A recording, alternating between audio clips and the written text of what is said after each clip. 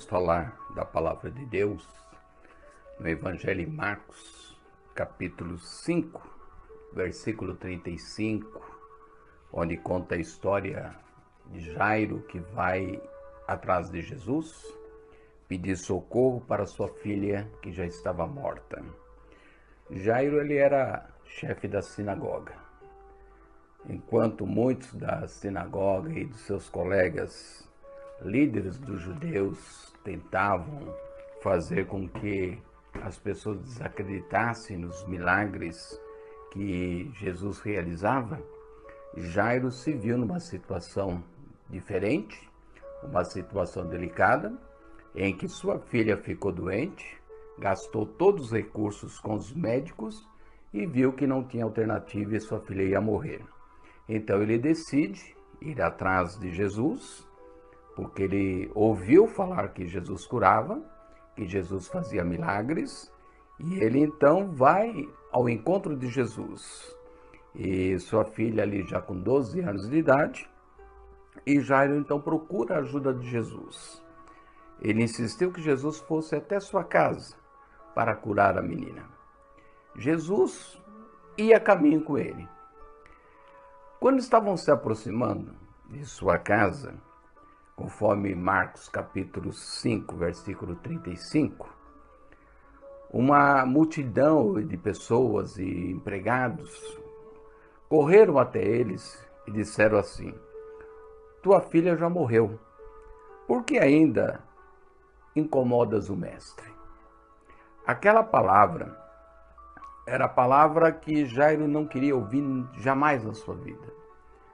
Ouvir que a sua filha tinha morrido era tudo que ele não queria ouvir. Que ele tinha feito todos os esforços, ele tinha passado por cima das suas próprias atitudes de preconceitos, ele tinha aberto mão de todas as tradições, da liderança da sinagoga, de tudo.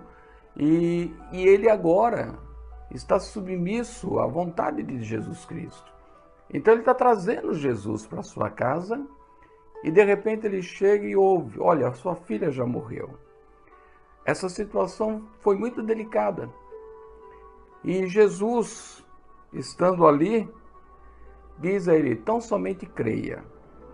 A implicação é óbvia: acreditar no poder de Jesus até certo limite. As pessoas acreditavam que Jesus podia curar um doente. Podia. Mas ressuscitar mortos, isso nem Jesus poderia fazer. É o que eles acreditavam. É o que eles pensavam. Ninguém pode. Que surpresa, então, quando, minutos depois, a menina estava andando no meio daquelas pessoas. Jesus a tinha ressuscitado. A vida e a saúde tinha sido restaurada. E pode ser que a escolha de palavras usadas por Jesus enfatize mais ainda o ponto que precisamos entender. Quando realizou o milagre, Jesus disse: menina, eu te mando, levanta-te. É o que está lá em Marcos capítulo 5, versículo 41. Ela levantou porque Jesus mandou. O dono da vida mandou com que ela se levantasse. O mesmo Jesus que usou a sua palavra para criar todo o universo, conforme está registrado em João, capítulo 1, versículos 1 a 3. E que sustenta a mesma criação com a sua palavra poderosa. É o que registra também a carta aos Hebreus, capítulo 1, versículo 3. Mandou uma menina morta a levantar, e ela obedeceu. Ele é o dono da vida. Ele tem autoridade sobre aqueles que morrem. Ele tem autoridade para trazer de volta a vida. Hoje em dia, precisamos da fé que permite Jesus agir em nossas vidas. A preocupação não é apenas vencer uma doença, nem mesmo a ressurreição de um corpo morto, independente da nossa saúde física. Todos precisamos do poder de Jesus para vencer o pecado e a tentação. É especialmente nessa questão, meus irmãos, que tendemos a duvidar ou até negar o poder de Jesus. Jesus, dono da vida, cura aquela menina e ressuscita aquela menina. E hoje em dia a gente ouve muitas pessoas desistindo no meio do caminho. Começam e não têm forças para concluir o que começaram. Às vezes uma pessoa viciada em álcool ou em drogas que decide parar de lutar contra o vício, que decide desistir porque olha e vê que a enfermidade aumentou ou a situação ficou mais tensa, mais complicada, concluindo que nem Jesus poderia parar aquela situação ou ajudar naquela batalha. Em outras situações, a esperança perdida é de uma pessoa que sabe que Deus não aprova seus relacionamentos amorosos.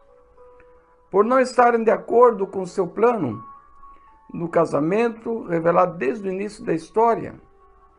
E veja que a explicação de Jesus em Marcos 10, 6 a 12. A pessoa conclui que seus sentimentos e paixões são tão fortes que nem mesmo Jesus daria condições de vencer o pecado. Vencida pela tentação, a pessoa se entrega ao pecado. Ouvi uma vez o relato da conversão na prisão de um dos piores assassinos da época. Um homem que cruelmente matou uma série de pessoas. Outra pessoa, ouvindo o mesmo relato, disse: não acredito que uma pessoa destas possa ser salva depois de tudo que fez. Na mente da pessoa que fez o comentário, a dificuldade foi o tamanho do crime, pois a nossa tendência é de julgar alguns pecados como bem piores que os outros. Um homem sábio que conhecia bem as Escrituras corrigiu este pensamento errado. Ele relembrou a pessoa duvidosa que a questão não é o tamanho do pecado, e sim o tamanho da graça e do poder de Deus. Um outro homem sábio comentou sobre o mesmo assunto, mas não sobre o mesmo caso específico. Ele olhou para seu próprio passado, para as manchas de sangue inocente nas suas mãos e pensou na misericórdia que Deus lhe ofereceu. Foi Saulo de Tarso, perseguidor, que tornou pregador, que disse: fiel é a palavra e digna de toda aceitação, que Cristo Jesus veio ao mundo para salvar os pecadores, dos quais eu sou o principal. 1 Timóteo 1,15. Só Jesus mesmo consegue. Essa reflexão é de um amigo nosso, Denis Alan, que tem contribuído com as Escrituras, que tem divulgado a palavra de Deus. E eu estou fazendo essa reflexão para que você entenda que não existe nada impossível para Deus. Que não existe causas perdidas para Deus. Que tudo é possível ao que crer. Jairo creu e Jairo viu, Jairo viu a sua filha ressuscitada. Se você crer, você também verá a glória de Deus. Confia, permanece firme, vá em frente e Deus te dará a vitória. Fique com Deus, que Deus te abençoe grandemente.